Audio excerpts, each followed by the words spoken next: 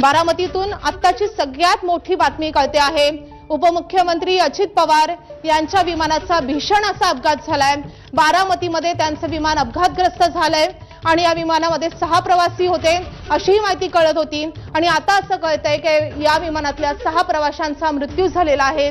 डीजीसीएने या संदर्भात अधिकृत माहिती दिलेली आहे। आज उपमुख्यमंत्री अजित पवार हे बारामतीच्या दौऱ्यावर होते आणि विमानाचं लँडिंग होत असताना त्यांच्या या विमानाचा अपघात झालेला आहे आणि त्यानंतर त्या विमानानं पेट घेतलेला आहे। आपण घटनास्थळावरची भीषण दृश्य एका बाजूला बघतोय आणि दुसरीकडे ही दुःखद अशी बातमी येते, धक्कादायक अशी बातमी येते। बारामतीमध्ये अपघातग्रस्त विमानातील 6 प्रवाशांचा मृत्यू झालेला आहे।